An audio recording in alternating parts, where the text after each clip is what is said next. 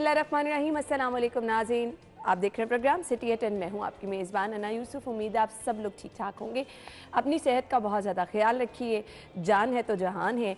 अच्छा खाएं, कम खाएं और इसके साथ साथ वर्जिश या फिर मॉर्निंग वॉक को मामूल बना लेंगे। ना सिर्फ मॉर्निंग, शाम को भी अगर आप थोड़ा हल्का फुल्का चल लेंगे तो आपकी सेहत के लिए अच्छा होगा। ये सेहतमंद ज़िंदगी का राज है और मेरे ख्याल से आजकल सेहतमंद ज़िंदगी का राज ये भी है कि अच्छा खाएं और मिकदार में कम खाएं। पोर्शन अगर आप डिवाइड कर लें कि आपने इतना खाना है, बहुत ज़्यादा खाना जो है वो नुकसानदेह हो सकता है। सो अपनी सेहत का बहुत ज़्यादा ख्याल रखें। हम प्रोग्राम का बाकायदा आगाज़ करेंगे। हमारे मेहमान आगे चल के हमें ज्वाइन करेंगे। एक बहुत ज़रूरी चीज़ मैं अभी टीवी स्क्रीन पर भी देख रही थी, मैंने अखबार में भी पढ़ा। प्लीज़ अपने बच्चों को पोलियो के कतरे ज़रूर पिलाएं क्योंकि ये आपके बच्चों की ज़िंदगी सेहत से जुड़े हैं। ये 2 कतरे आपके बच्चों की सेहत के ज़ामिन हैं। तो प्लीज़ अपना फ़र्ज़ समझें कि आपने ये ज़िम्मेदारी निभानी है। इसके बाद जी हम कुछ बात कर लेते हैं जी आज के प्रोग्राम के हवाले से। जिनकी बर्थडे है हमने उनको तो विश करना ही करना है, उसके लिए आपको थोड़ा सा इंतज़ार करना पड़ेगा।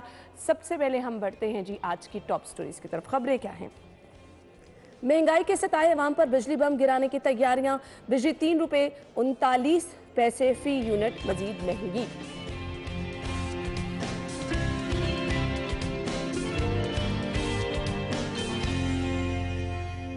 इलेक्शन कमीशन जब कहेगा इंतखाबात करा देंगे। हालिया गिरफ्तारियों से पंजाब हुकूमत का कोई ताल्लुक नहीं, वजीर आला पंजाब। पाकिस्तान तहरीक इंसाफ ने खवातीन को भी जेल भेजने का फैसला कर लिया। खवातीन कारकुनान और रहनुमाओं की चेयरमैन PTI इमरान खान से मुलाकात। और सबसे बड़ी इलाजगाह की सूरत हाल क्या है वो भी आपको बताएंगे। म्यू अस्पताल, अद्वियात समेत दीगर शोबों में 1 अरब 60 करोड़ का नादहिंदा। सो खबरें आप जान चुके हैं। हमारे साथ हमारे सीनियर रिपोर्टर्स मौजूद हैं। आमिर रजा खान साहब और राव दिलशाद हुसैन साहब ने ज्वाइन किया है। वेलकम कहेंगे। अस्सलाम वालेकुम। वालेकुम सलाम। क्या हाल चले आपके? अल्लाह करम। आप इतनी खुशी से ये खबरें पढ़ रही हैं कि जिस तरह से बहुत बड़ी कोई खुशखबरी आपकी लीड स्टोरी में शामिल है, इस तरह से आप अब ये जिंदगी का हिस्सा है, तो हमारी ये जान स्टोरी नहीं छूटने वाली। पहली स्टोरी देख के इस पे क्या बंदा डिस्कस करे। जान नहीं छूटने वाली। 76 अरब और फिर 310 अरब। आप अंदाजा लगाएं कि 386 अरब रुपए कौन देगा? आप बता दें। अगर मैं रोना धोना डाल के सीरियस शक्ल बना के बैठूंगी, किसने टीवी स्क्रीन देखनी है? अंदाजा लगाएं आपके ये बिल्कुल पहली स्टोरी है। ऐसा ये वो खंजर और ऐसा वो तीर है ये जो होना था। जो बराह रास्त अब आम आदमी को भी पता है कि उनके साथ ये होना है। ये होना था। जो अभी तो पिछले क्या दिनों ये आपको सिर्फ रिलीफ अवाम दिया पे था, होना है? वो बस क्यों ये जो इदारों के सरबराहान हैं, इनके घरों में जो फौज दर जफर मौज मुलाजमीन की है, इनको बिजली के यूनिट्स फ्री दिए जाते हैं। हमेशा शिकायत करते हैं आप लोग, कुछ नहीं होने वाला। वो क्यों नहीं होने वाला। वापडा के सरकारी मुलाजमीन को बिल्कुल आप वो सर्विसेज देते हैं, उनको आप ओब्लाइज करें, लेकिन क्या उनके पैसे भी आवाम से आपने निकलवाने हैं? और ये बड़ा सीधा सा फार्मूला बना लिया जी, ये इतना बोझ पड़ेगा और आवाम पे सरचार्ज के नाम पे अब 112% आप इजाफा कर रहे हैं। और कोई सोच ही लो कम अज कम। इतनी बड़ी लीड लगी आज जंग अखबार में कि IMF के कहने पर गैस के निर्खों में इजाफा। खबर खैर हमारी पहली क्या है?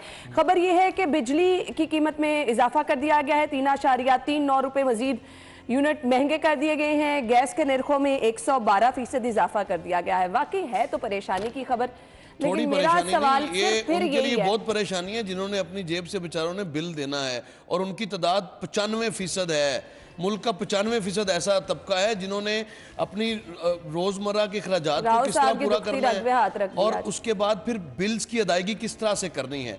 आप आए रोज बिजली गैस महंगी, अब कितना बोझ आप डालेंगे?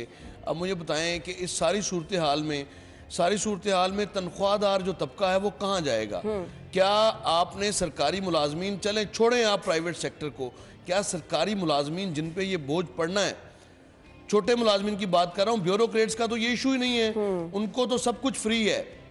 यानी 25 लाख या 12 लाख 15 लाख तनख्वाह वाले को सब कुछ फ्री है, 15,000 और 25,000 तनख्वाह वाले को सब कुछ खरीद के वो जाके ग्रोसरी स्टोर पर महंगाई का मुकाबला करेगा या बिजली और गैस के भारी भरकम बिल देगा। और गैस की सूरत हाल सुन लें आपके, गैस की सूरत हाल ये है कि सुबह दोपहर शाम हमने दवाई का तो सुना था लेकिन अब गैस भी सुबह दोपहर शाम वाला सिस्टम है, और ऐसे में जो भारी भरकम बिल 10-10 15-15 हज़ार रुपये नॉर्मली बिल आ रहे हैं, अब आप अंदाज़ा लगाएं। और जब ये इजाफा होगा तो ऑब्वियसली इसका बोझ भी आवाम पे पड़ेगा, जो कि सरासर ज़्यादती है। और भी बहुत सारी चीज़ें ऐसी थी जिन पे ये जहाँ से पैसा निकाला जा सकता था। क्यों अपने अखराजात कम नहीं किए जाते? मुझे बताएं कि चलिए इस क्यों का जवाब मैं आमिर भाई से, आपको गुस्सा क्यों नहीं आ रहा, आप मुस्कुराते जा रहे? मैं इसलिए मुस्कुरा रहा हूँ कि राव जो है बिल्कुल एक आम आदमी की सतही सोच जो है उसके मुताबिक बात करते हैं, और वो ठीक है। वो कहते हैं कि बिजली का, गैस का, पानी का इतने बिल मिले कि हम बिल बुला उठे। ये शेर है, और वाकई बिल बुला रहे हैं लोग, जिस तरह से राव साहब सुबह सुबह बिल बुला रहे हैं। लेकिन देखना तो ये है कि क्या ये हुकूमत खुशी से और अपनी मर्जी से कर रही है। सोचना तो ये है, सोचना तो ये है ना, वो पहले भी सोचना तो ये है क्या IMF ने, मैं उस तरफ भी आता हूँ, उस तरफ भी आता हूँ, क्या IMF जो है वो ये शराइत रख के उसको कोई खुशी महसूस होती है? और क्या IMF का इसमें कोई फ़ायदा होता है? कतन नहीं। वो आपकी मईशत को दोबारा से खड़ा करने का आपको प्लान देती है। हम पे एहसान करते हैं, ये आपको अब ये वही आ गई, अब ये बात आ गई, अब ये बात आ गई। आप बोल रहे थे, आप बोल रहे थे, उसने मुआहदा किया, आप बोल रहे थे, मुझे बताएं किसने कहा है कि आप 85 रुपए आप बोल रहे थे, मैं खामोश था। लेकिन आपको आदत है कि आप बीच में से आप पहले बोल लें, जब आप बोल के थक जाएंगे राव साहब मुझे बता दीजिएगा, मैं बोल करेक्ट कर रहा हूं कि नहीं आप मुझे करेक्ट ना करें, बड़ी काबीना आप अपने आप को करेक्ट करें। पहली बात तो ये है आप अपने आप को करेक्ट, आप अपने आप को करेक्ट करें। काबीना क्यों? अब आप अपने आप को करेक्ट क्या मुल्क मुतहम्मिल हो सकता है? पहले आप बोल लें फिर मैं बोल। उसके अखराजात कौन पूरे करें? जब या तो आप बोल लें, भाई मैंने तो इस तरह से बात नहीं करनी जिस तरह से आप बात काटते हैं। अगर आप बात काटनी है तो आप बोलते रहे, मैं खामोश बैठा रहा। मैं पहले भी आप बोल रहे थे, आपने तो उससे भी अना से भी पहले बोलना शुरू किया, बोलते रहे। मैं तो अच्छा है, मैं तो कह रहा हूं कि बिल बुला रहे हैं लोग, और जिस तरह से राव साहब बिल बुला रहे हैं तो सब बिल बुलाते हैं। लेकिन क्या हम जिस तरह से ये सूरत हाल पैदा हुई मुईशत की और जिस तरह से डूब रही है, मैंने आपसे कहा कि IMF इसको खुशी से करता है, IMF आपको बचाने के लिए करता है, और IMF को पता है कि आपकी मईशत डूब गई। अच्छा, तो आपका मुल्क डिफॉल्ट कर जाएगा। मुझे लगता है IMF की अपनी मंशा भी सारी नहीं, IMF की मंशा नहीं होती उसकी। ये IMF क्या है, ये इंटरनेशनल म्यूचुअली फंड जो है ये क्यों बनाया गया था, और ये कितने लोगों को और कितनी कौमों को इसने खड़ा किया है बशमूल पाकिस्तान के। पाकिस्तान ने 2016 में अगर IMF को गुड बाय कहा था तो मईशत अपने पाँव पे खड़ी हो चुकी थी, इसलिए पाकिस्तान ने उसका सारा कर्जा जो था वो अदा कर दिया। लेकिन उसके बाद जो हुकूमत आई उसने एक ऐसा मुआहदा किया जिस पर अभी खैर मुकदमात भी दर्ज होना शुरू हो गए हैं। लोगों को देखें, एक तरफ ज़रूर लोग बिल बुला रहे हैं, लोग इसी तरह से गुस्से में भी हैं। लोग ये भी कहते हैं कि जैसी रुकनी कबीना क्यों बनाई है, उसके अखराजात कहाँ से आएंगे। बहुत सारे मामला हुकूमत के भी ख़राब होंगे, मैं ये नहीं कहता हूँ, लेकिन लोगों को कम अज़ कम तो ये शऊर तो देना चाहिए कि अगर आप बाशऊर होकर सोचें और समझें तो ये मुआहदात किसने किए थे और मुआहदा क्यों किया था। क्योंकि आपने पैसा लुटा दिया था, आपने प्राइवेट जहाज़ों पर डॉलर इस मुल्क से बाहर भिजवा दिया था, आपने अफगानिस्तान में डॉलर स्मगल करा दिया था, जिसके बाद आपका मुल्क डिफॉल्ट होने के करीब था जब ये गवर्नमेंट आई। अब मैं किसी गवर्नमेंट को ना डिफेंड कर रहा हूँ ना मैं करता हूं। अब आपकी बात समझ आ गई, पर मुझे ये बताएं, अगर इमरान खान साहब ने जाते जाते IMF से मुआहदे किए या किसी ने भी किए, भुगतने के लिए हम ही रह गए, तो आवाम ही भुगतेगी। कौन भुगतेगा मुझे ये बताएं। इमरान खान आप नाम ले रहे हैं, मैं कहता हूं हुकूमत ने किए। आपकी जो हुकूमत 2018 के बाद सालिक हुसैन साहब कह रहे हैं इमरान खान ने किया। 2018 के बाद जो हुकूमत आई उस हुकूमत ने ये मुआहदे किए और ये जालमाना मुआहदे थे। इसमें आपको ये भी पता होना चाहिए कि आपके $1 के साथ 1 लीटर पेट्रोल को उन्होंने मुआहदा किया हुआ है। आना है वो आपके ऊपर बर्डन आना है। आप ये कह रहे हैं कि फिर हम भुगतते रहे हुकूमतें। या तो फिर हम भी जैसे आप राव साहब ने आपको मशवरा दिया था कि आप ज़रा सुबह मुंह बिगाड़ के और रो के और उससे करें, या फिर हमें अभी अगले 1 साल 2 साल के लिए जब तक हम IMF के प्रोग्राम से बाहर नहीं निकलते हमें अल्लाह करे इसको निकल बर्दाश्त जाए, करना पड़ेगा, एक से निकलते नहीं है दूसरा तैयार होता है। बर्दाश्त करना पड़ेगा। अब राव साहब आपको। जी राव साहब, मेरा नुक्ता नज़र ये है कि बिल्कुल आपको अगर मईशत को ठीक करने के लिए मुश्किल फ़ैसले करने हैं तो मुश्किल फ़ैसले कौम बर्दाश्त करेगी, लेकिन उसमें आपकी भी तो कंट्रीब्यूशन होनी चाहिए। हाँ ये आपका बिल्कुल उसमें वैलिड पॉइंट आपकी है, बिल्कुल वैलिड उसमें पॉइंट। आपकी अपनी क्या कंट्रीब्यूशन है? अपने आप शहाना मुझे इखराजात बताएं- वैसे के वैसे। आप मुझे बताएं कि आपने कौन सी मिसाल कायम की है कि जी हम ये इखराजात को, ये इतने इखराजात थे प्राइम मिनिस्टर सेक्रेटेरिएट के या कैंप ऑफिस के, हम इनको ज़ीरो कर रहे हैं या हम अपनी जेब से? अगर आप अपनी जेब से, हम आए रोज़ ये खबरें पढ़ते हैं कि शहबाज शरीफ साहब अपनी जेब से जो हवाई सफ़र गैर मुल्क का करते हैं तो वो अपनी जेब से अदा करते हैं, लेकिन ये भी तो कौम के सामने रखें। उसके बाद फिर क्यों ये प्रोपेगेंडे की नौबत आती है कि अगर बिलावल साहब कहीं पे गए हैं तो वो भी सरकारी खर्च पे, अगर इस तरह का प्रोपेगेंडा होता है तो उसको काउंटर भी तो आप करें। आमिर भाई कुछ कहना चाह रहे हैं? नहीं, कुछ नहीं, मैं राव साहब बोल रहे हैं। नहीं बिलावल साहब ऐसे, मैं सिर्फ राव साहब हल्की सी उसमें कर, बिलावल भी अपना खर्चा खुद कर। बिल्कुल, तो इसको बताएं ना कौम को। आप इतने हम तो, हमारे सामने तो यही फिगर्स आते हैं। कितनी प्रेस कॉन्फ्रेंसेस इस पे आपने देखी हैं कि जी हमने जब से हम आए हैं हमने इतने गैर मुल्की दौरे किए हैं, ये खराजात थे, ये हमने अपनी जेब से अदा किए। तो बिल्कुल ये पैटर्न सेट करें ना आप। उसके बाद आपने मुआवन खुसूसी की मैं जो बात कर रहा हूँ, एक मुआवन खुसूसी के पास लेट्स सपोज अता तारड़ है, अता तारड़ के पास 3 गाड़ियाँ उसके साथ ट्रैवल करती हैं। मुझे बताएं कौन सा अब इसको अगर आप ज़रब देंगे तो आपके जो बलूचिस्तान या सिंध या KPK के मुआवन खुसूसी हैं उनके साथ तो 5-5, 6-6 गाड़ियाँ भी ट्रैवल करती हैं। मुझे बताएं ये सारा जो बोझ है इसको अगर आप कम तो कर सकते हैं ना। ये तो आपकी वो एक आदत की वजह से आपने इनको शाना बनाया हुआ है। उसके बाद आप सेकंड कैटेगरी में जाएं, जो बड़े बड़े महल्लात हैं ब्यूरोक्रेसी के पास हैं या दीगर जो इदारे हैं उनके सरबराहान के पास हैं, उनके साथ भी बैठ के बात करें। भाई मुश्किल वक्त है, इसमें हम सबको साथ चलना है। सिर्फ अवाम को क्यों, सिर्फ अवाम पर आप बोझ क्यों? मेरा एतराज़ ये है कि मुश्किल फैसले हम भुगतने को तैयार हैं अगर मुल्क को जरूरत है, लेकिन उसके साथ अल्टरनेटिव क्या दे रहे हैं आप? क्या मुश्किल फैसलों की सिर्फ अवाम रह गए? मेरा तो ये नुक्ता नजर है। बिल्कुल वैलिड पॉइंट है, मैं तो इसी को, आप इसको बिलबुलाना कह लें या इसको कुछ भी कह लें, मेरा तो ये नुक्ता नजर है। तो सिर्फ दोनों से एक ये होगा, बिजली गैस क्या मजीद महंगी होगी? अभी और होगी, अभी और ये 3 रुपए 39 पैसे है, इसने 7.5 रुपए तक जाना है। और ये इन्होंने प्रोग्राम दे दिया है। मेरे बीपी को कुछ नहीं हुआ अल्हम्दुलिल्लाह। जून तक होता है क्या, आगे आगे देखिए होता है क्या? जून तक ये जाएगा, जून तक जाएगा और उसके बाद बिजली की कीमतों में बदतरीज कमी करनी। एक और बिजली की कीमतों में तो कमी होगी, बिजली आएगी भी नहीं, इसके लिए भी तैयार रहिए। और मंतक क्या है वो आमिर भाई ने आपको समझा दी है कि किस वजह से ये सब हो रहा है। राव साहब ने तजवीज़ ये दे दिया है कि किस तरह से आम आदमी का बोझ बांटा जा सकता है। अब जिन्होंने करना है काम वो देखे क्या करते हैं। आम आदमी को तसल्ली दी जा सकती है। बिल्कुल सही कहा। हम ब्रेक लेते हैं, ब्रेक के बाद आपको ज्वाइन करेंगे। Stay with us.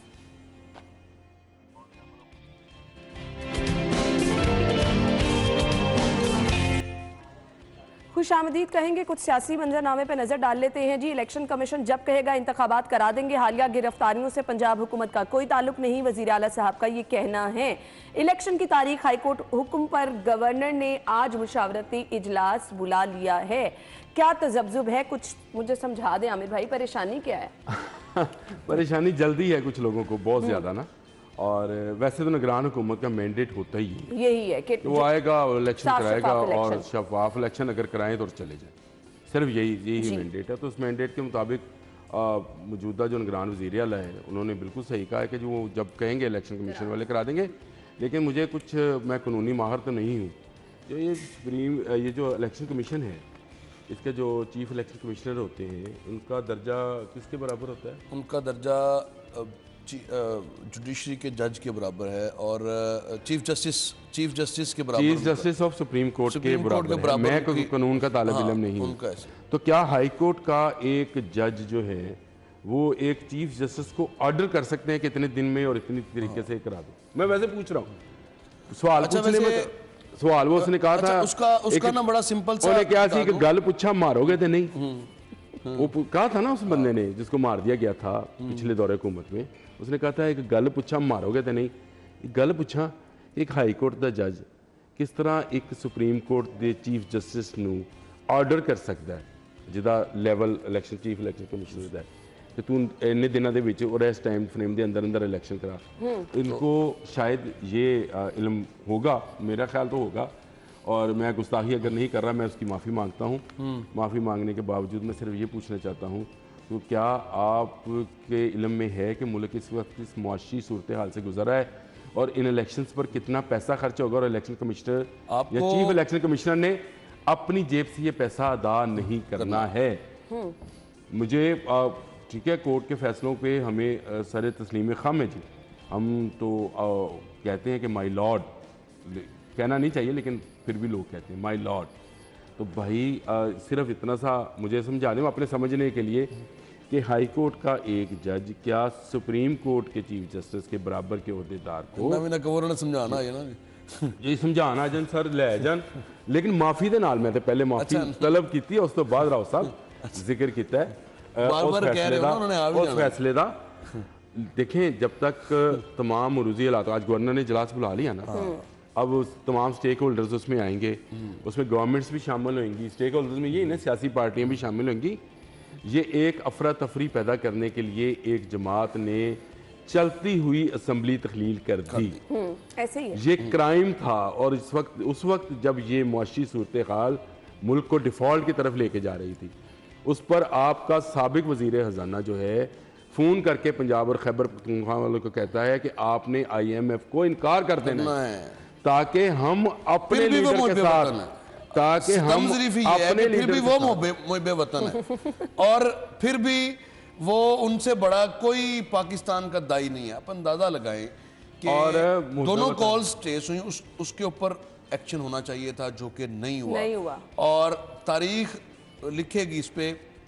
आपने जो गद्दारी के फतवे देने शुरू किए थे, वो गद्दार तो आपकी अपनी सफ़ों में शामिल थे, तो फिर आप क्यों बाहर ढूंढते रहे? आपके साथ बैठे थे और आपके शौकतीन की इतनी औकात नहीं है, इतनी जुर्रत नहीं है कि वो बात करे कि कहे, वो कह रहा है चेयरमैन ने कहा है। अच्छा, चेयरमैन से बात करें। इमरान खान साहब की एक मंतक समझा दें, आमिर भाई भी और राव साहब आप भी बार बार इलेक्शन का मुतालबा कर रहे हैं, एतबार उन्हें किसी पे नहीं है, धांधली का वो पहले से ही रोना रो रहे हैं। अभी उन्होंने बैरून मुल्क के एक मीडिया चैनल को भी इंटरव्यू दिया, उसमें भी उन्होंने यही बात कही कि मुझे पता है धांधली होनी है, तो फिर लेकिन इलेक्शन करा दे। अच्छा, ये एक ऐसा बयानिया है, आपने बाद में भी रोना है, आप पहले भी रो रहे हैं। अगर चले इलेक्शन अब तो ये सुप्रीम कोर्ट की जिम्मेदारी बनती है कि वो इमरान खान अगर आपके पास मतलूबा नताइज आपको नहीं मिलते तो फिर आप कहाँ जाएंगे? लेकिन इस सारी सूरत हाल से मैं थोड़ा सा आपको, अभी जो हमारी टॉप स्टोरी थी वो क्या थी, 386 अरब रुपए के नए टैक्सेस जो लोगों पे लग रहे हैं, और आप इस टैक्सेस की बात करें, आपको 200 बिलियन रुपीस चाहिए पूरे मुल्क में इलेक्शन कराने के लिए अप्रोक्सीमेटली। और अगर आप फौरी तौर पे पंजाब और KPK का इलेक्शन कराना चाहते हैं तो आपको 60 अरब रुपए चाहिए। मुझे बताएं ये कौन सी दानिशमंदी है कि दिन रात आप ढंडोरा पीट रहे हैं कि डिफॉल्ट और उसके बाद आप कहें कि फौरी तौर पर इलेक्शन करवाएं। 90 रोज में इलेक्शन होने चाहिए, इसमें आईनी तकाजा है इसको पूरा, लेकिन माजी में मिसालें मौजूद हैं, किया जा सकता है। आपको रियासत चाहिए या आपको इलेक्शन चाहिए? नहीं, उनको तो खैर वो शौकत तरीन वाली रास्ता, मुझे बताएं, आपकी बात में काटना नहीं चाहता हूं, लेकिन आपसे इजाजत के साथ नहीं, आप शौकत तरीन साहब वाली नहीं, हमेशा नहीं मैं करता हूं, मैं तो आपसे इजाजत पहले तलब कर रहा हूं, अगर आप कहेंगे तो मैं रुक जाऊंगा। शौकत तरीन साहब की कॉल के अंदर है कि हमें अपने लीडर से वफादारी निभानी है। अब मुझे ये उनकी कॉल के अंदर है, मुल्क से नहीं। लीडर क्या इंडिया का है या चाइना का है जिसकी बात हो रही है? यही की है ना, तो बात क्या कर रहे हैं कि मन्ना ना जो मर्जी हो जाए, तो उसी कह दे उसी नहीं कर। सारा सिस्टम को आप खराब कर रहे थे। उसके बाद आपने पहले जिस तरह से आपने 39 माह का एक प्लान किया, जो IMF प्रोग्राम लिया और उसी पे आप बैकआउट कर गए। आप तो आलमी सतह पर जिस तरह से आपने मुश्किलात के पहाड़ खड़े किए हैं, अंदरूनी सतह की तो बात करेंगे वो तो बहुत लंबी फहरिस्त है। तो बहरहाल इलेक्शन निगरान गवर्नमेंट का कराना जाहिर है मैंडेट ये है, और उसके लिए वाज़ेह तौर पर लेकिन आपकी मरूजी और ग्राउंड रियलिटीज क्या हैं उस पर भी आपको कान धरने हैं। अब गवर्नर साहब ने आज जो इजलास बुलाया उसके नतीजे में ऑब्वियसली इनपुट लेंगे IG से, चीफ सेक्रेटरी से, और सेक्रेटरी इलेक्शन कमीशन को भी बुलाया है। जो उस तनाजुर में होगा वो वापस वो लाहौर हाई कोर्ट को तो खैर वो गवर्नर पंजाब मजाज नहीं है रिपोर्ट करने के, अलबत्ता वो इलेक्शन कमीशन को ज़रूर एक रिपोर्ट देंगे या अपने तौर पर एक भिजवाएंगे, अगर मुमकिन हुआ तो करवा दें। लेकिन मुझे बताएं कि जो आमिर भाई ने बात की कि चलती हुई आपने दोनों असम्बलीज को डिसॉल्व किया, क्या इस पे आपका गिरबानी पकड़ना बनता कि क्यों आपको नहीं पता कि मुल्क मुतहम्मिल नहीं हो सकता? उसके अलावा आप अगर इलेक्शन करवाते हैं, इलेक्शन करवाने के बाद आपके दोनों चीज़ें पैरेलल लेके चल रहे हैं कि आपके साथ जानबदार आपके साथ सारा सिस्टम है, गैर जानबदार नहीं है, और दूसरा सिस्टम आप ये बात कर रहे हैं कि अगर तो हम जीत गए तो ठीक है, ना जीते तो उसके बाद फिर लानतान इसी तरह से होती रहेगी। तो मुझे बताएं कि ये कौन सा बयानिया? आप तो अपने बयानिए भी कंफ्यूज ना कहीं हैं। जिस तरह से आपने यूटर्न आ रहा है, ना कहीं समझ आ रही है। इलेक्शन जब भी हो, सारे इलेक्शन एक टाइम पे होने चाहिए, जब भी हो, चाहे वो 90 रोज के अंदर हो या उस 90 रोज के बाद भी हो, एक ही दफा सवाल ये पैदा होता है कि आपका रोना धोना बाद में जब तक आपकी मईशत ठीक नहीं होती इलेक्शन नहीं होता, मुतहम्मिल नहीं ना है। खैर एक और चीज मैं यहाँ पे लाहौरियों के साथ शेयर कर दूं जी, पंजाब में बसंत नहीं मनाई जाएगी, पाबंदी पर सख्ती से अमल दरामद होगा, हर शोबे में बेहतरी लाने के लिए सीएम साहब कह रहे हैं काम कर रहे हैं, सहाफियों के मसाइल भी हल कर देंगे। राव साहब थोड़ा सा गुस्सा कम कर ले, हल हो जाएंगे मसाइल। नाज़रीन हम लेते हैं एक ब्रेक के बाद ज्वाइन करेंगे, हमारे साथ ही रहिएगा।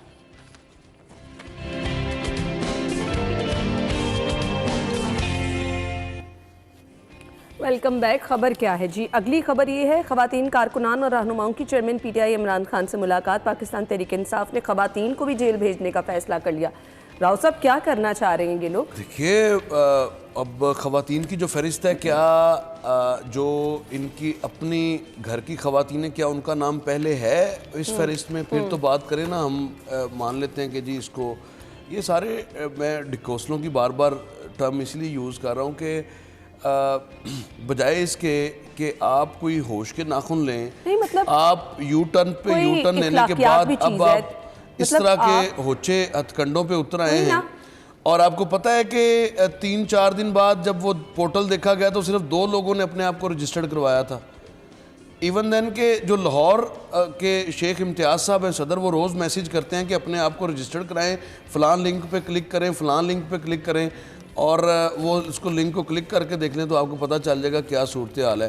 तो ये इन चीज़ों से बाहर निकलें, कोई संजीदा कोई इस तरह की वेव बनाएं। मैं तो रिक्वेस्ट इनके ट्रॉलर्स को भी करूँगा कि इनको इनके पीछे लगने के बजाय इनको समझाएं, आप तूफ़ान बदतमीज़ी का हिस्सा न बने। जिस तरह से इनके ट्रॉलर्स तूफ़ान बदतमीज़ी बर्पा किए रखते हैं, ये उससे बाहर निकलें और कोई कंस्ट्रक्टिव पॉलिटिक्स की तरफ आएँ। आप नेशनल पॉलिटिकल डायलॉग का हिस्सा बने, किसी सतह पर भी अपनी पार्टी को, अपनी लीडरशिप को मजबूर करें कि वो मुल्क के इज्तिमाई मसाइल के हवाले से गुफ्तगू का आगाज़ करें। बेशक आप खुद से आप इनिशिएटिव लें। मैं तो ये चलें, ये तजवीज़ कहते हैं मुफ्त मशवरे की वैसे कोई वक़्त नहीं होती, लेकिन बात करने में हर्ज कोई नहीं, शायद कि उतर जाए इनके दिल में बात। तो आप खुद से ये तो हटा ही देना, आपकी जो लाइक माइंडेड पार्टीज हैं उनकी कोई एपीसी बुलवा लें, वो क्या चाहती हैं, वो क्या वो उनके लोग क्या कहते हैं, उन मास्टरमाइंड की तलाश है जो कह रहे हैं कि मुस्तकबिल की सियासी असेंबली बना रहे हैं। यही मसला हुआ। हमने इख्तलाफ और दलील को दुश्मनी और गालम गलूच में बदल दिया। ये इससे बड़ा सानिया इस कौम के साथ नहीं हो सकता। आप बिल्कुल ठीक कह रहे हैं। अब मुझे ये बता दें, ये मुस्तकबिल की सियासी जेल भरो तहरीक वैसे खत्म हो चुकी है। राव साहब ने इतनी लंबी तकरीर कर दी, जेल भरो तहरीक खत्म हो चुकी है। उसके बाद उन्होंने अब आइन को बचाने की तहरीक शुरू करने का ऐलान कर दिया है। और चंद दिन, और आप बार बार राव साहब ये ना हर रोज का बयानिया मुख्तलिफ, हर रोज बार बार एक ही बात कह रहे हैं, बाहर निकले, वो नहीं निकलेगा। जिसको आप बाहर निकालना चाहते हैं ना, वो नहीं निकलेगा, वो नहीं आएगा भाई। उसके बहुत सारे मसले मसाइल हैं। वो खवातीन को आगे करेगा, बच्चों को आगे करेगा। खुद डरपोक आदमी कभी बाहर नहीं निकलता, याद रखें।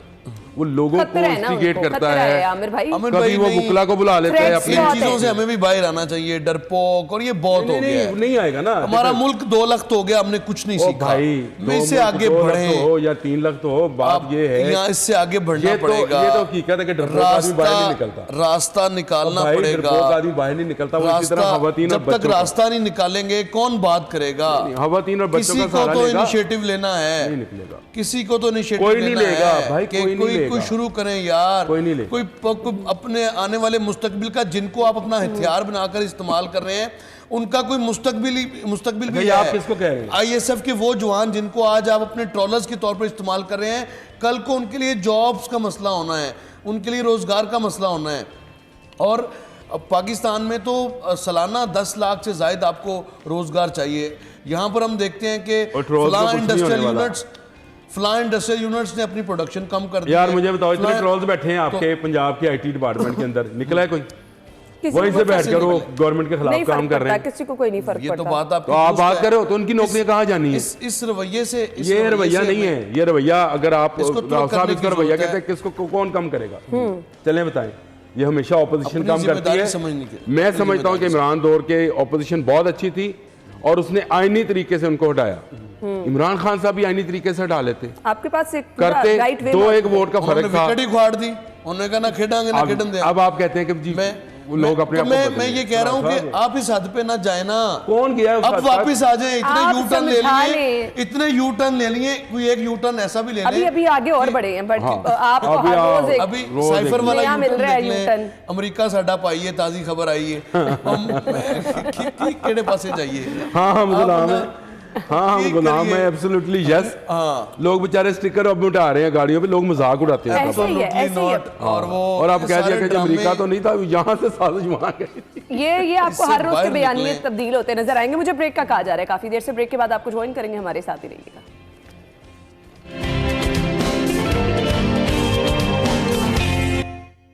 एक बार फिर से आपको खुश आमदीद कहेंगे। म्यू अस्पताल अद्वियात समेत दीगर शोबों में 1 अरब 60 करोड़ का नादहिंदा है। सबसे बड़ी इलाजगाह जिसको शहर लाहौर की कहा जाता है म्यू हॉस्पिटल, नो डाउट है भी, लेकिन यहाँ के हालात ये हैं जी, दीगर शोबों में 1 अरब 60 करोड़ का नादहिंदा है और ये मुआशी बहरान है, छोटा मोटा नहीं, बहुत बड़ा। आमिर भाई, बस सीधी सी बात, इस खबर के अंदर ही उसका जवाब भी शामिल है कि पिछले 3 साल में, यानी बुज़दार और बुज़दार प्लस परवेज़ लाई, 2 वजूहात हैं इस हॉस्पिटल के इस तरह की। 2.5 माह का टेन्योर शमदा शहबाज का भी बीच में, 2.5 माह का हमजा शहबाज का वो भी भी लगा पालो देते बीच। हैं। लेकिन 3 साल का ये टर्नओवर जो है उसमें किसी हॉस्पिटल के लिए कोई काम नहीं किया गया, सिर्फ हॉस्पिटल के लिए नहीं है। और आज अगर वो इतना बड़ा नादहिंदा है तो वो क्यों है? क्योंकि आपने हॉस्पिटल की तरफ तवज्जो ही नहीं दी। ऐसे ही चले मुझे बताएं, ये 3 साल 4 साल जो इमरान खान या पीटीआई की गवर्नमेंट रही, कौन सा नया हॉस्पिटल बना दिया? कोई एक। डॉक्टर यास्मीन राशिद बताएं ना कि बना तो उन्होंने रहे ये थे हॉस्पिटल 1000 शुरू बेड किया का, इधर बना तो रहे थे। वो कागजों में भी नहीं ट्विटर बना। पे ट्विटर पे बना रहे थे। नहीं, वो कागजों में भी नहीं 1000 बेड का ट्विटर पे बना रहे थे। जिस तरह के और ये 350 डैम बने। यहाँ- आप तो ना कहें, आप हर रोज गुजरते हैं, आपने देखा वहाँ क्या नहीं बना नहीं हुआ? उसको ये बना रहे थे। हाँ, चलिए ये मनसूबा कब का था जी? तो आप राव साहब बताएं, कौन सा मैं वाला? नहीं बताता। ये वाला आपको बोलने का 1000 शौक है, बेड का, जरा बोलने अरफा के लिए। 1000 अरफा वाला। अच्छा, ये मुसोबा कब का ये है? तो भंड मारा गया था। ये तो जगह कमर्शियल जगह थी, आपने यहाँ से सब्जी मंडी मंडी खत्म हटाई। की और ट्विन टावर्स के किसने खत्म की? लिए और आईटी टावर्स के पैरेलल एक टावर बनाना था आपने आईटी के फरोग के हवाले अच्छा, से। नहीं, वो ट्विन टावर जेल रोड का मंसूबा है, वो अच्छा, छोड़ दो। नहीं नहीं हाँ, वो नहीं, जेल वो ट्विन टावर डिफरेंट है। ये मैं इसको यहाँ हॉस्पिटल ही बनना था 1000 बेड का, और ये शहबाज शरीफ के दौर में शुरू हुआ था। नहीं, ये हॉस्पिटल के लिए नई जगह ली गई थी। इसको हॉस्पिटल के बनाने के लिए कन्वर्ट करने की कोशिश जरूर की गई थी और जाते जाते परवेज लाई साहब मुफ्त वो अराजी दे गए, उसका एक हिस्सा। ये अराजी आपने ली थी कमर्शियल एक्टिविटीज़ के लिए, आईटी टावर की तर्ज का एक और टावर बनाकर, और इनको दोनों को आपने जोड़ना था। और ट्विन उसके टावर बना बाद देना। और लाइक ट्विन टावर, लेकिन जो प्रॉपर ट्विन टावर का प्रोजेक्ट था वो तो था ही जेल रोड का का, वो तो था ही जेल रोड का, उसमें तो कोई दो राय नहीं है। लेकिन इस सारी अराजी को आपने इसी पैटर्न पे पीआईटीबी के बोर्ड के नीचे आपने इसको इस्तेमाल करना था। इसको खाली कराने का ऑब्जेक्टिव भी यही था, लेकिन आपने बीच वक्त में कम है मेरे पास, जब दोबारा घुसेड़ हम दिया, हॉस्पिटल की तरफ आ हॉस्पिटल जाएंगे। इलाज, ना हॉस्पिटल बना, ना ही वहां पर कोई आईटी के फरोग इस के हवाले से। इलाजगाह का मुस्तकबिल क्या है? आमिर भाई, एक नहीं, कमेंट आपका मुस्तकबिल तो चाहिए। इसका ठीक ही होगा अगर अल्लाह करे कोई ऐसी गवर्नमेंट आए जो इस तरह के मंसूबों को, जो कि अवामी फलाह के मंसूबे जैसे हेल्थ है, एजुकेशन है, फूड है, उस पर पैसे ना रोके और फंड्स जारी करे। तो हमारी तो निगरान वज़ीर आला से भी यही दरख्वास्त है कि आप इस तरफ तवज्जो दे दें और अगर कुछ फंड दें तो उसकी ना देंदगी कुछ कम हो, कम से कम यूज़ पे इसके मसाइल को कम किया जाए। बहुत बड़ी ये बहुत बड़ी इलाजगाह है। और दरसगाह भी सही आपने लफ्ज़ दरसगाह भी बहुत बड़ी वहाँ पे किंग एडवर्ड यार, किंग एडवर्ड, और बिल्कुल बिल्कुल इसके मसाइल को प्रायोरिटी पे रखना चाहिए, ना सिर्फ के म्यू हॉस्पिटल या किंग एडवर्ड यूनिवर्सिटी को, बल्कि इसके साथ साथ आपके फातिमा जना मेडिकल टीचिंग हॉस्पिटल जितने भी टीचिंग हॉस्पिटल उनके साथ निकलते हैं। खैर हम दुआ गोई हैं कि कुछ बेहतरीन अस्पतालों में आज आम आवाम को रिलीफ मिल सके। बहुत बहुत शुक्रिया आपके वक्त के लिए। नाज़रीन, ब्रेक और हेडलाइंस के बाद हम आपको एक बार फिर से शो में ज्वाइन करेंगे। आप हमारे साथ ही रहिएगा।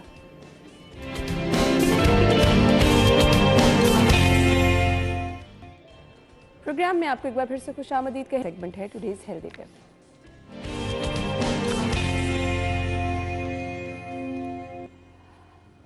अच्छा जी, अब हमने आपको आज की हेल्दी टिप में बतानी है देसी घी के फ़वाइद क्या हैं। ऑल्दो महंगा भी है और थोड़ा सा आज के दौर में अफोर्डेबल नहीं है, लेकिन अगर आपको इसके फ़वाइद पता चल जाएं तो जो लोग इस्तेमाल करते हैं उसका इस्तेमाल कैसे करना है, कितनी मिकदार में करना है, बड़ों छोटों के लिए इसके क्या फ़वाइद है। कोलेस्ट्रॉल लेवल को नॉर्मल रखता है।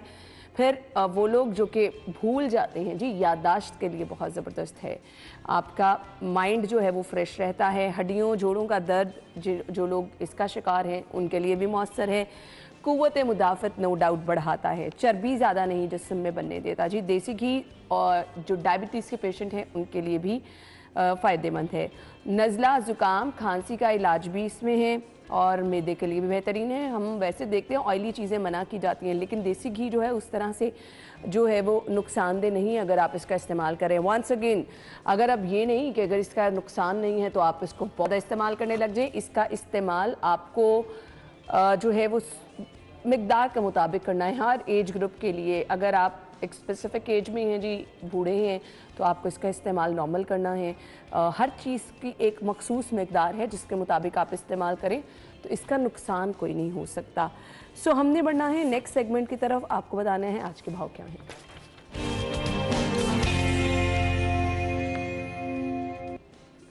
सो हाफिज़ दिलावर इस वक्त मार्केट में मौजूद हैं। आज की रेट लिस्ट उनके पास है। Over to you.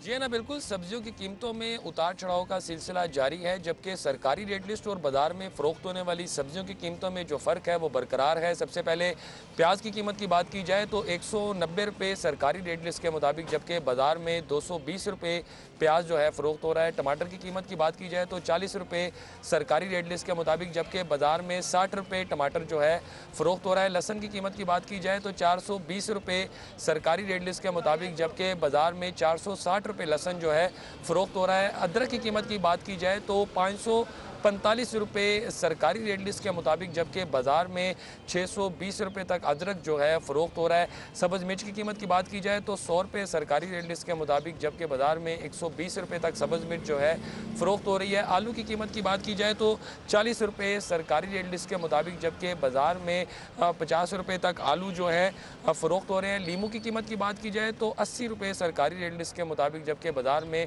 90 रुपये लीमू जो है फ़रोख्त हो रहे हैं। इसके साथ मेथी की कीमत की बात की जाए तो 60 रुपये सरकारी रेट लिस्ट के मुताबिक, जबकि बाज़ार में 90 रुपये तक मेथी जो है फ़रोख्त हो रही है। बैंगन की कीमत की बात की जाए तो 78 रुपये सरकारी रेट लिस्ट के मुताबिक, जबकि बाज़ार में 85 रुपये बैंगन जो है फ़रोख्त हो रहे हैं। बंद गोभी की कीमत की बात की जाए तो 32 रुपये सरकारी रेट लिस्ट के मुताबिक, जबकि बाज़ार में 40 रुपये बंद गोभी जो है फ़रोख्त हो रही है।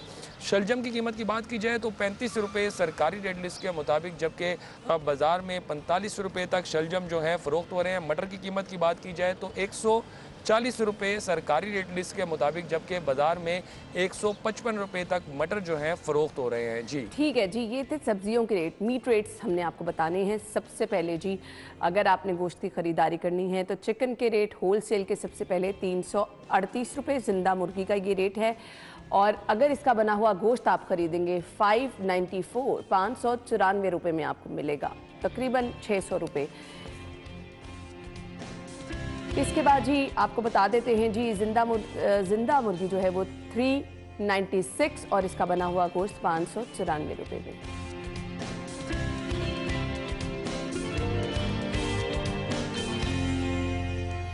अब आ जाए जी एग रेट क्या है। सबसे पहले जी हम आपको बता देते हैं, अगर आप खरीदारी करने जा रहे हैं रिटेल मार्केट से 264 रुपये दर्जन में आप अंडों की खरीदारी कर सकते हैं। होल सेल पे जाएंगे तो 2 रुपये की बचत के साथ 262 262 रुपये दर्जन।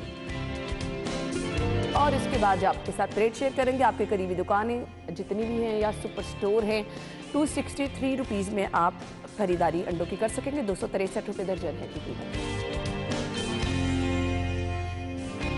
तो ये थी आज की रेट लिस्ट, कंप्लीट हो चुकी है। हमने लेनी है एक ब्रेक। ब्रेक के बाद आपको मिलवाएंगे आज के मेहमानों से। हमारे साथ ही रहिएगा।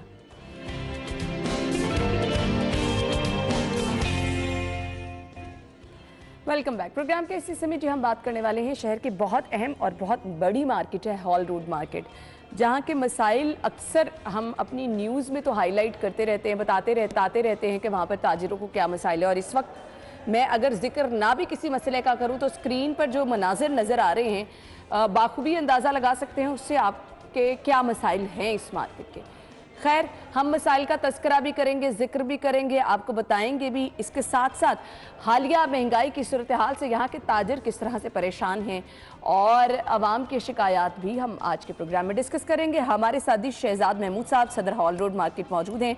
अपने मेहमान को शो में वेलकम कहेंगे और उनसे जानेंगे कि सबसे पहले मौजूदा हालात और इसके साथ साथ मार्केट के मसाइल क्या हैं। अस्सलाम वालेकुम जी। जी वालेकुम सलाम। बहुत बहुत शुक्रिया आपके वक्त के लिए। सबसे पहले तो हम आ जाते हैं, एक बड़ी मार्केट है नो डाउट हॉल रोड, और रोज़ाना हज़ारों की तादाद में, लाखों की तादाद में बल्कि लोग यहाँ आते हैं, ख़रीदारी की गर्ज से भी आते हैं, कुछ अपने मोबाइल लैपटॉप्स वगैरह ठीक कराने के भी आते हैं।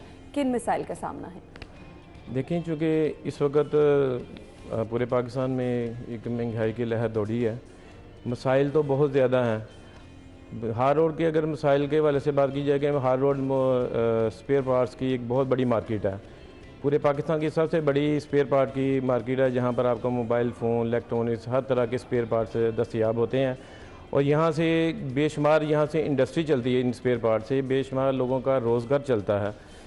करंटली जो मुल्क के अंदर हालात बने हैं हमारे, उसमें इंपोर्ट के ऊपर जो हमारी सख्तियाँ हुई हैं, उसकी वजह से हमारे कंटेनर रुके हुए हैं, जिसकी वजह से हमारा सामान नहीं पहुंच रहा हमारे मार्केटों में, और ना सामान ना पहुंचने की वजह से सामान की किल्लत पैदा हो रही है। और उसकी वजह से हमारे दुकानदार जो है, ताजर भाई हैं, वो सारे परेशान हैं कि सामान होगा, सेल होगा तो हमारे लोगों का रोज़गार चलेगा, ताजरों का रोज़गार चलेगा।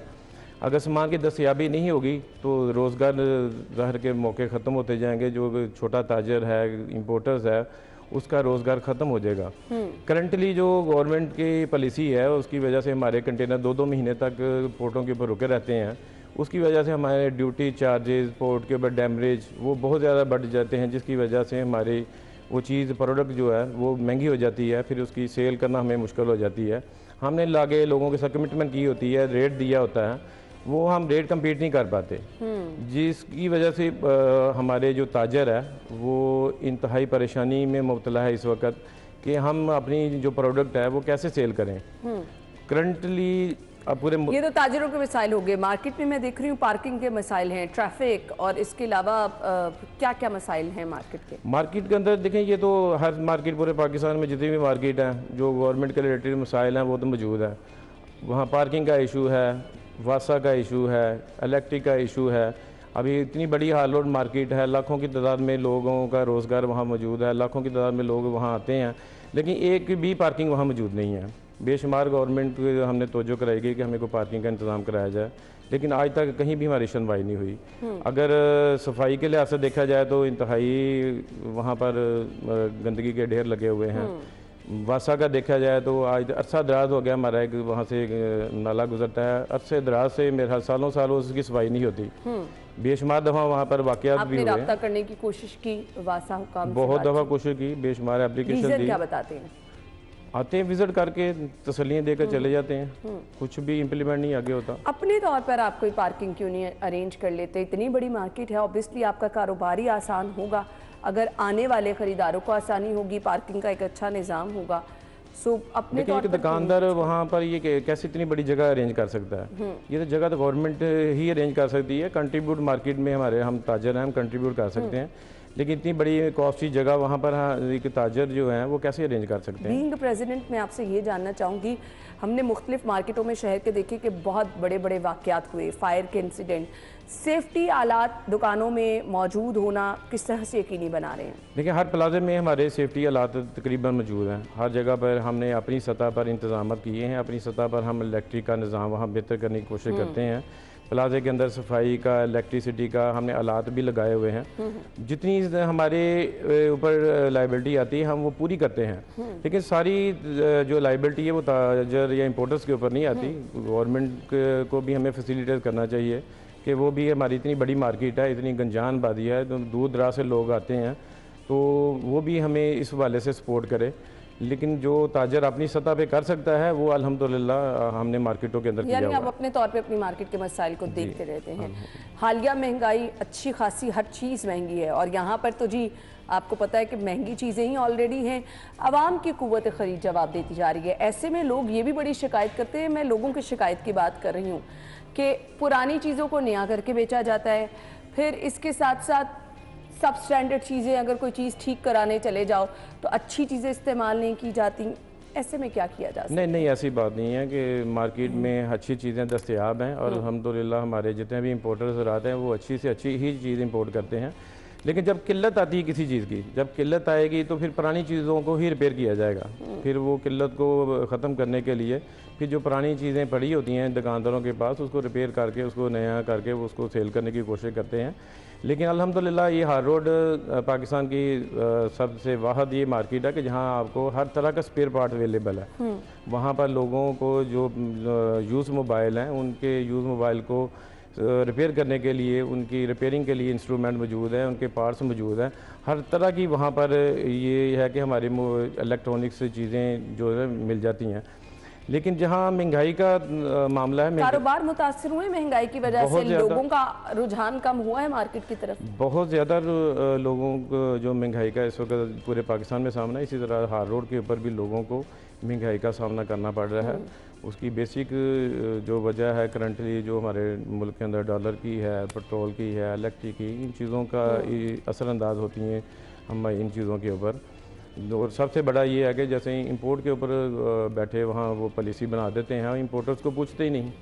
गवर्नमेंट पॉलिसी तो बना देती है, लेकिन इंपोर्टर से कभी आज तक नहीं पूछा गया कि आपका क्या मामला था। उनसे ये पूछा जाए उनके मसाइल के ऊपर, उनके मुताबिक पॉलिसी अगर बनाई जाए तो मेरे ख्याल इंपोर्टर को भी आसानी हो।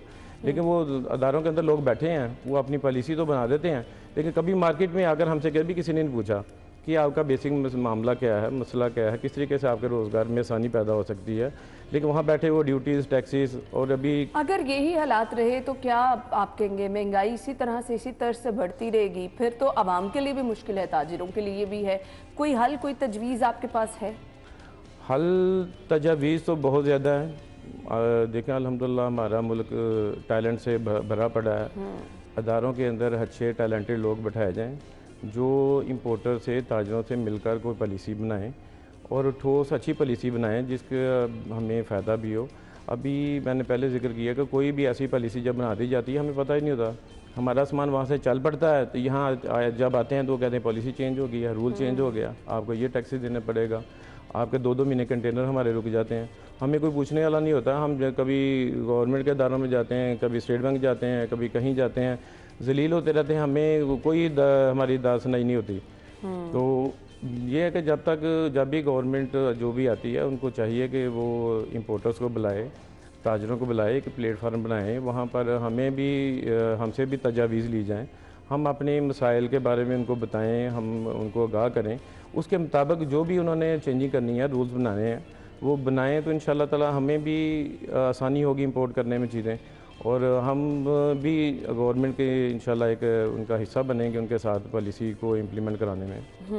सही। मुझे बता दें मार्केट में सिक्योरिटी के क्या हालात हैं, क्योंकि हम देखते हैं हर मार्केट में बहुत सारी वारदातें भी होती हैं, इसके लिए आपने खुद से कोई इंतज़ाम रखा है, गवर्नमेंट भी सपोर्ट कर रही है, किस तरह से ओवरऑल सिक्योरिटी है? नहीं, अल्हम्दुलिल्लाह हमने मार्केटों में मुख्तलिफ जगह पे हमने कैमरे लगाए हुए हैं। हर दुकानदार ने अपनी सतह पे भी और यूनियन एसोसिएशन ने अपनी सतह पे भी सिक्योरिटी कैमरे लगाए हुए हैं।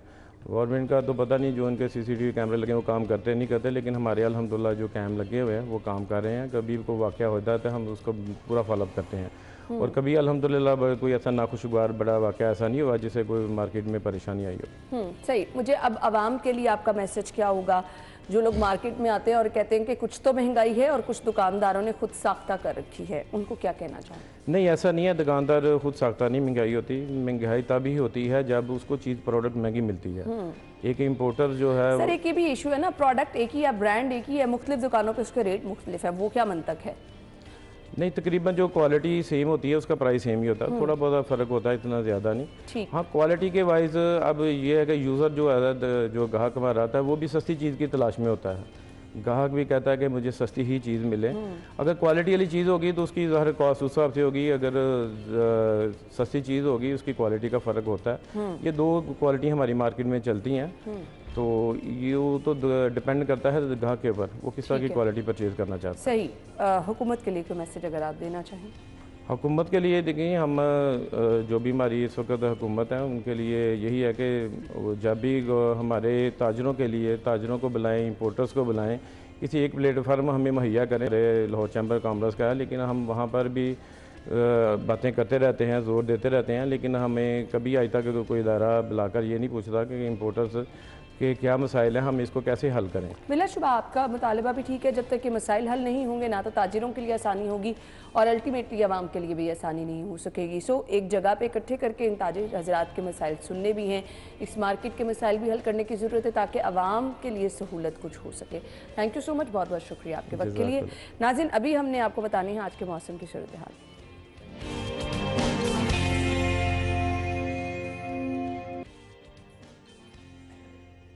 हम कोमल की तरफ चलेंगे। जी कोमल, ओवर टू यू। आज सुबह सवेरे में शहर लाहौर का मौसम काफ़ी तब्दीलियां दिखा रहा था। सूरज ने आसमान पर अपनी कोशिश तो की कि किरणें बिखेरने की, लेकिन आसमान ने उसकी एक ना चलने दी।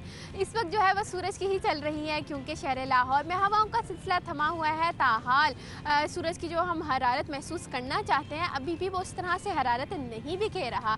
और महकमा मौसमियात की जानिब से बताया गया है कि शहर लाहौर का मौसम आज इसी तरह से मज़ीद तब्दीलियाँ दिखाने वाला है। दर्जा हरारत 20 डिग्री सेंटीग्रेड तक जा पहुँचा है। महकमा मौसमियात ने बारिशों के हवाले से कोई भी इम्कान जाहिर नहीं किया। हवाओं का सिलसिला जो है वो आज बहुत ही आहिस्ता, बहुत ही धीमे अंदाज से शहर लाहौर के बासियों का दिल लुभाने में मसरूफ़ है। और जो AQI की शरह है वो 198 रिकॉर्ड की गई है। शहर लाहौर के बासियों को बताया जा रहा है कि आज जो है वह लाहौर में AQI की शरह में भी इजाफा देखा जा सकता है। लिहाजा शहरी एहतियात बरतें और ऐसी व्हीकल्स का इस्तेमाल बिल्कुल भी ना करें जो कि शहर लाहौर की फ़िज़ा को आलूदा कर सकती हैं। जी, बहुत शुक्रिया कोमल, आप हमारे साथ मौजूद थी और आप हमें मौसम की सूरत हाल के हवाले से अपडेट कर रही थी। हम ब्रेक के बाद आपको ज्वाइन करेंगे।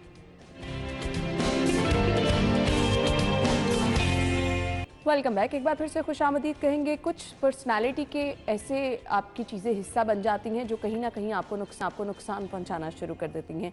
वो छोटी छोटी चीज़ें जिनको हम नज़रअंदाज कर देते हैं बचपन ही से, कि आपका बच्चा सिरिंज से डर है, आपका बच्चा अंधेरे से डर है, या आप अपने बच्चे को अंधेरे से डरा रहे हैं, या आपका बच्चा पानी से डर रहा है। ये चीज़ें हर एज ग्रुप में, जिन्हें हम फोबियाज कहते हैं, बच्चों के लिए किस तरह से उनकी पर्सनालिटी को नुकसान पहुंचा सकते हैं, किस तरह से अगर स्टार्ट ही से बच्चे की ये चीज़ें, ये फोबियाज उसकी ज़िंदगी का हिस्सा बन जाए तो आगे चल के नुकसानदेह होते हैं। इनको ओवरकम किस तरह से किया जा सकता है, इनकी वजूहात क्या होती हैं, इन पे हम बात करेंगे। माहिर नफ्सियात ताहिरा रुबाब ने हमें ज्वाइन किया है। अस्सलाम वालेकुम। वालेकुम अस्सलाम। क्या हाल चाल है? बिल्कुल ठीक अना। ये फोबियाज बेसिकली है क्या? फोबिया का मतलब जो है ना अना, ये है डर, एक्सेसिव खौफ किसी भी चीज़ का। और एक्सेसिव खौफ जब हम कहते हैं तो इसका मतलब ये कि ज़रूरत से ज़्यादा डर।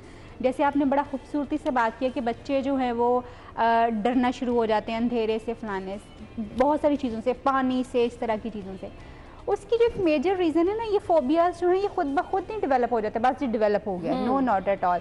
It comes from your childhood, आपके बचपन से आते हैं और फिर आपकी लाइफ में कहीं ना कहीं वो ट्रिगर होते हैं और वो फिर वहाँ से आपका डर जो है वो शुरू हो जाता है। अच्छा, समटाइम कुछ एक्सपीरियंस आपकी लाइफ में एक्सपीरियंस ऐसे हो जाते हैं। एंड देन जो है, अच्छा होता शुरू कैसे, आपको याद होगा, आप खुद भी मदर है माशाल्लाह। जब बच्चे छोटे होते हैं तो हम अक्सर उनको क्या ना ये ना करो, ओहो उधर भाऊ है, इधर फलाना है, बिल्ली आ गई है, यानी हम खुद उसके अंदर वो डर इंड्यूस कर रहे हैं। जानवर से, पानी से, बिजली के स्विच को हाथ लगाने से वो डर इंड्यूस हो रहा है। जब किसी चीज़ का डर आप इंड्यूस करते हैं, और फियर एक ऐसा इमोशन है जो इंड्यूस किया जाता है, जो लर्न करवाया जाता है बच्चों को और इंसानों को। जब आप इंड्यूस कर रहे होते हैं इस तरह का फियर, तो वो बड़ा होके या तो वो ओवरकम कर जाता है, या फिर वो जो है वो एक फोबिया की शक्ल जो वो इख्तियार कर सकता है। ये बचपन से चले आती हुई चीज़ें। पर्सनैलिटी असल में एक ऐसी चीज़ है जो कि जिसमें फ़र्स्ट 5 ईयर्स जो हैं they are very very important. वो फर्स्ट 5 ईयर्स में जो है ना, वो आपकी पर्सनैलिटी के बेसिक क्रक्स जो है वो डेवलप हो जाते हैं। आपका बिहेवियर, आपके खौफ, आप कितने रेकलेस हैं, आप कितने चैलेंजिंग टेकिंग करते हैं, आप कितना ज़्यादा रिस्कलेस हैं, ये सारी चीज़ें आपकी डेवलप हो जाती हैं। And that comes from your parenting. आपके पेरेंट्स की तरफ से चीज़ें जिस तरह से आपको एक्सपोज की जाती हैं उसी तरह से। जैसे मुझे याद है, हमारा एक भांजा था, तो उसको ना हमने शुरू से बहुत ना डर वाली चीज़ें, जैसे बिल्ली को हाथ लगाना है, भैंस को हाथ लगा लो, फलाना कर लो, तो वो हमने देखा कि with time he was very friendly towards the things शुरू से ही। अच्छा, उसके अगेंस्ट हमारे जो दूसरे बच्चे जिनको हमने एक्सपोज नहीं किया, तो उनको वही उसी तरह से डर जो है उनके अंदर चीज़ें जो है बैठना शुरू हो गई। ये बहुत इंपॉर्टेंट है कि अर्ली 5 ईयर्स में आप बच्चे की ट्रेनिंग कैसे करें ताकि उसके फोबियाज़ कम हो जाएं। वो जो जिन चीज़ों, और अपने अल्फाजी के ऊपर ज़रूर गौर करें, क्योंकि जब आप ये कहते हैं बिल्ली को हाथ नहीं लगाना, वहाँ ना जाओ, अंधेरा है, बहू आ गया, जिन है, फलाना है, माई आ गई, इस तरह की बहुत सारी चीज़ों से हम बच्चों को डराते हैं। वो डर फिर सारी ज़िंदगी के लिए बैठ जाते हैं। रिसेंटली एक केस मेरे पास आया, वो तकरीबन कोई 35+ का बंदा होगा, एंड ही सेड कि मुझे अकेले सोने से डर लगता है। अच्छा, एक्सप्लोर किया अकेले सोने से क्यों डर लगता है, तो उसने कहा कि क्योंकि बचपन में my mother use to tell me the stories of वो जिन भूत वाली जो स्टोरियाँ होती हैं ना, वो सुनाती थी, और वो डर मेरे उस वक़्त से मेरे दिल में बैठा हुआ है, या तो लाइट ऑन होनी चाहिए, या फिर जो है वो कोई बंदा मेरे साथ जो है वो सोना चाहिए, देन आई कैन स्लीप। तो इस तरह की बहुत सारी चीज़ें आपकी चाइल्डहुड से शुरू होकर आपकी अडल्टहुड में जाती हैं, और समटाइम्स आपकी लाइफ पूरी की पूरी हैम्पर हो जाती है। अच्छा, अब ये सिर्फ डर जो है ये पानी का ये नहीं होता कि सिर्फ पानी का हो जाए, पब्लिक स्पीकिंग का डर हो सकता है, लोगों के सामने बोलने का खौफ हो सकता है, फोबिया हो सकता है, लेकिन क्राउड में आप क्राउड में नहीं कर सकते आप। इसी तरह से जहाज में बैठने का डर हो सकता है, इंजेक्शन का डर हो सकता है, अब ऊंचाई पे जाके नीचे देखने का फोबियाज हो सकते हैं। स्नेक का तो ऑफ कोर्स एक ऐसी चीज़ है जिससे एक्सेसिव, लिजर्ड का लोगों को बहुत ज़्यादा फोबिया जो है वो हो जाता है। हमारी एक फ्रेंड होती थी, शी वाज अ साइकोलॉजिस्ट, तो उसको लिजर्ड फोबिया इतना ज़्यादा था ना कि वो लिजर्ड के नाम से ही यानी वो उसको एक क्रीपी सी फीलिंग आना शुरू हो जाती थी। तो वो यानी ये फोबियाज जो हैं ये कहीं ना कहीं किसी ना किसी टाइम पे ट्रिगर हुए होते हैं। ओवरकम इसको कैसे करना ओवरकम है? करने के लिए बहुत ज़रूरी है कि सबसे पहले तो आइडेंटिफिकेशन ऑफ प्रॉब्लम बड़ा ज़रूरी होता है ना। चीज़ों को बदलने के लिए ना 4 चीज़ें बड़ी ज़रूरी होती हैं। सबसे पहले विल, यानी I want to change, then वे कि मेरे पास एक तरीका है कि इसको चेंज कैसे किया जाता है, फिर तीसरी चीज़ जो प्रैक्टिस है, एंड चौथी चीज़ जो कंसिस्टेंसी है। हम प्रैक्टिस 2 दिन करते हैं और कंसिस्टेंसी से नहीं करते हैं, वी सी के जी हमारा चेंज हो जाए बिहेवियर। सबसे पहले आइडेंटिफाई करें कि आपका फोबिया क्या है, देन कंसल्ट अबाउट दिस। इसमें प्रोफेशनल हेल्प आपको ज़रूर लेनी पड़ती है। अगर आपका फोबिया इतना ज़्यादा एग्जैजुरेटेड है तो वो आपको बिल्कुल उसका करना पड़ेगा कि आप ट्रीटमेंट लें। मैं तुर्की से वापस आ रही थी, तो मेरे साथ वाली सीट के ऊपर एक और पैसेंजर बैठे हुए थे, he was having the plane phobia. अच्छा, वो मसलसल ना he was trying to talk to me कि बात किया जाए। अच्छा, बातों बातों में उसके हाथ और पाँव शिवर कर रहे थे, तो मैंने उनसे पूछ लिया क्या वो हो रहा है ना, तो उन्होंने बताया कि एक्चुअली मुझे जो है ना वो फोबिया इस चीज़ का। And in during that time मैंने उनकी थेरेपी बातों बातों में शुरू कर दी, and we had a very safe journey. यानी वो बातों बातों में आप बहुत सारी चीज़ें इस तरह की ट्रिगर कर सकते हैं लोगों की कि वो जो है बेहतर फील करना शुरू कर दें। And he was literally thankful कि जी मैंने नहीं सोचा था ये फोबियाज इस तरह से भी जो है वो ओवरकम हो सकते हैं। फोबियाज कम्प्लीटली ओवरकम हो सकते हैं, इनका ट्रीटमेंट मौजूद होता है, मगर सबसे पहले identification, consulting a professional. Age group इसमें मैटर नहीं करती, हर एज में आप फोबिया को हाँ, हर एज में। छोटे बच्चे के लिए तो आप सिर्फ उसको एक्सपोज करेंगे ना, मसलन जैसे बिल्ली का फोबिया चल रहा है ना, आप थोड़ा थोड़ा सा बिल्ली खुद बातों बातों में शुरू करें, पहले आप खुद हाथ लगाएं, फिर आहिस्ता आहिस्ता बच्चे को हाथ लगवाना शुरू करें, और आहिस्ता आहिस्ता उसका फोबिया खत्म हो जाएगा। आप उसको साथ साथ तसल्ली देते रहें, क्योंकि जब फोबियाज होते हैं ना, आपके दिल की धड़कन बहुत तेज होती है, you feel like you are getting unconscious, मैं अनकॉन्शियस हो जाऊंगा। समटाइम्स फोबियाज की वजह से लोगों को पैनिक अटैक्स आना शुरू हो जाते हैं, जिसमें शॉर्टनेस ऑफ ब्रेथ जो है वो हो सकता है, जिसमें ठंडे पसीने हो सकते हैं। सो ये आपने बड़ा कॉशियसली देखना है कि एक्चुअली जो फियर का लेवल है उसकी इंटेंसिटी कितनी ज़्यादा है। अगर वो इंटेंसिटी बहुत ज़्यादा है और आपको जो है वो मसलन आप उसको फ़ौरन एक्सपोज नहीं कर सकते, फिर हमें अपनी एक तरीके से चीज़ें करते हैं कि आहिस्ता आहिस्ता स्टेप वाइज उस फियर को जो है वो कम करते हैं। ये जानना बहुत ज़रूरी है कि फियर की इंटेंसिटी क्या है, कौन सी स्टेज के ऊपर है, और किसी भी स्टेज के ऊपर फियर जो है वो ओवरकम किया जा सकता है, आप उसको कर सकते हैं, but you need a professional help for that. और अगर आप खुद से ट्राई करना चाहते हैं तो फिर उसके लिए टिप्स ये हैं, आइडेंटिफिकेशन जैसे मैंने सबसे पहले कहा, फिर उसके बाद इमेजिनेटिव लेवल के ऊपर अपने आप को वो चीज़ जिससे आपको डर लग रहा है उसको करने की कोशिश करें, उसको टच करें, वहाँ जाने की जो भी डर है आपको उसको इमेजिनेटिवली अपने दिमाग में उसको करने की कोशिश करें। जहाँ आप अनकंफर्टेबल फील करें डीप ब्रीदिंग शुरू कर दीजिए, नाक से लंबा गहरा सांस लीजिए, मुंह से आहिस्ता आहिस्ता बाहर निकालिए ताकि आपका हार्ट बीट जो है वो आपके कंट्रोल में आ सके। देन अगर आपको छोटी छोटी यानी अंधेरे में जाने से डर लगता है तो लेट मी टेल यू कि अंधेरा, जब आप अंधेरे में जाते हैं तो आफ्टर फ्यू सेकेंड्स आपकी आईज उस अंधेरे से फेमिलियर हो जाती हैं और आपको रोशनी नजर आना शुरू हो जाती है। सो सिर्फ डीप ब्रेथ कीजिए and go to that dark room जहाँ से आपको खौफ आ रहा है, तो वो आपको हेल्प कर सकता है। बट ये कॉशनरी मेजर है, ये मैं कॉशन दे रही हूँ कि इंटेंसिटी ऑफ फियर का जानना बहुत ज़रूरी, कहीं ऐसा ना हो कि विद दैट फियर आपको हार्ट अटैक हो जाए। बिल्कुल, और ये बहुत एक्सट्रीम लेवल है, इसके लिए आपको अपनी पोजीशन समझनी है। हाँ। और टाइमली आपको एक बहुत अच्छे माहिर नफ्सियात से जो है रब्ता करना है, इन चीज़ों पे ओवरकम किया जा सकता है। थैंक यू सो मच, बहुत बहुत शुक्रिया ताहिर अल्बाब आपका। नाज़रीन, इसी के साथ ही हमें इजाज़त दीजिए, कल मुलाकात होगी, अल्लाह हाफ़िज़।